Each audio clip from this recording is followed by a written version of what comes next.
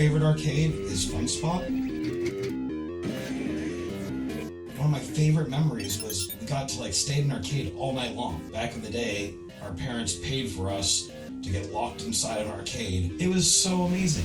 Back when these arcades were here, we didn't have necessarily a lot of home entertainment systems. There was a couple things starting to creep out, like Ataris and some Nintendos and stuff, but arcades were the place to be. As a matter of fact, I think I judged all the malls I ever went to based off of how big their arcades were. Almost every kid would spend time in there. That was where we went when our parents were shopping and everything. Funspot, which boasts to actually be the largest arcade in the world.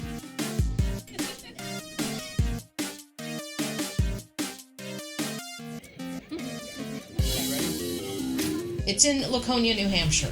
I know that's huge and shocking to most of you.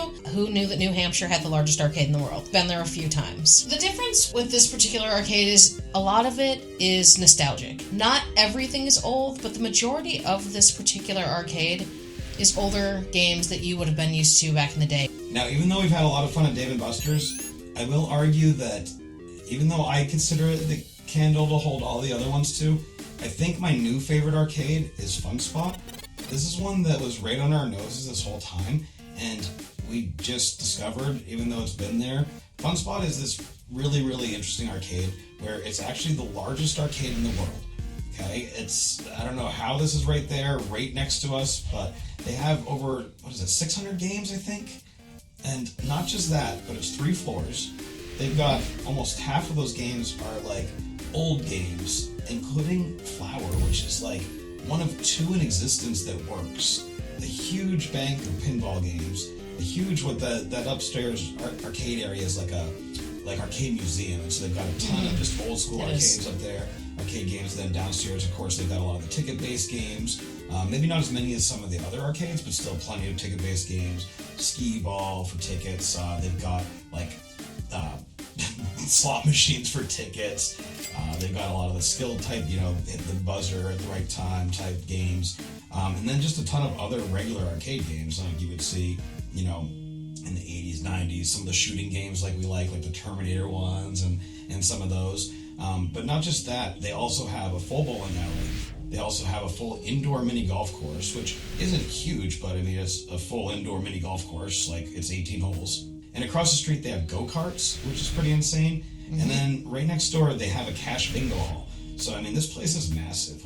We're talking 3 floors, plus an extra building, gigantic, parking lots all over the place. And then across the street, being the go-karts, this place is nuts.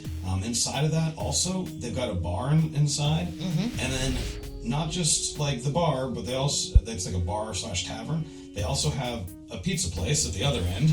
Yes, they do. So they've got that there as well. And it's all decorated with a lot of the older stuff, which is really cool. So it's a little creepy, as you can see this head that was above us while we were eating. But that's it's the old stuff, and it has a lot of the history. Back in, early 1952, 1960s, all these places were in New England were little mini theme parks, not Disney or anything, but they had all kinds of other stuff. So you hear about some of them still, Storyland we've been to in Santa's Village. This Funspot was essentially one of those, and they had a outdoorsy themed theme park and some stuff like that. And this guy that's ran this place has just kept it going since then. It's really amazing, and it's a lot of fun. So we've been there quite a few times, and definitely like to make the trip back there whenever we can. As we mentioned, this arcade's been there a long time. So it opened back in 1952, and it was actually originally at a different location because the owner at the time, Bob Lawton, he had opened it at a different location because he didn't have the capital back then to make it what it is now. But eventually it was moved into this current building that it's in, and I'd say they probably could even expand it more if they really wanted to. The great thing about here is that it's open almost every single day of the year. Excluding Christmas and Thanksgiving, they are open 10 a.m. to 10 p.m.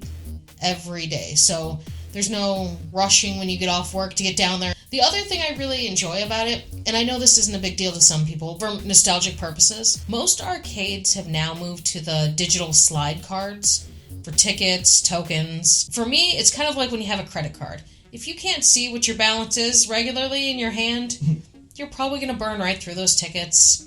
right through those credits.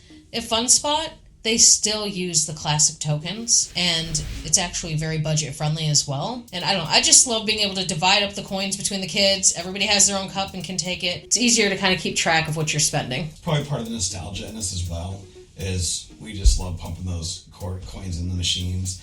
It's just more fun that way, and in all honesty, most of them aren't the expensive 5 or 6 tokens like you get at some of these other places. There's a couple, don't get me wrong, there's a handful of ones that are more than 1 token. As far as like the classic arcades, they're all like 1 token. Typically there's a deal going on in the machine that if, as long as you put the 20 in, you get a few extra tokens more than you nickel, if you put $1 in at a time. It's a pretty fair arcade, and there's also the tickets. So it's kind of weird because the convenience of the digital card with keeping track of your tickets is so nice. You only carry that card around, you got your balance on it, keeps all your points and everything, you don't have to worry about it. You don't have to worry about losing things, losing tokens, dropping entire cups of tokens. However, you lose the card, you lose everything. And then on top of that, the tickets, there's just something about that. I feel like that's almost part of the whole like mini gambling, kids gambling thing is watching you win 1,000 tokens and watching it spit out of the machine. And of course, this does create a couple issues with maintenance, so it does seem like Funspot does have a few things that go down here and there, but they've been pretty good as far as I can tell about getting somebody there to fix it. I've only had a handful of times where like I lost a coin or something like that. Typically, they're not going to let that happen a long time. There's a few machines that were down just about every time, but almost always something was being worked on, and if it was down one time, it'd be up another time. Right. So some machines are probably just problematic. The old Hercules one, which is just so like old. By the way, the Hercules one is like this gigantic pinball machine. It's kind of weak. Literally, you may not be able to use it if your arms are not long enough. Most of them are in really good shape. They seem like everything's working on them and stuff like that. If anything, there's maybe a couple where they're so old that the screens are starting to get just like kind of worn in here and there. Pretty darn good shape considering some of this stuff is like really, really old, and some of it I've never seen before.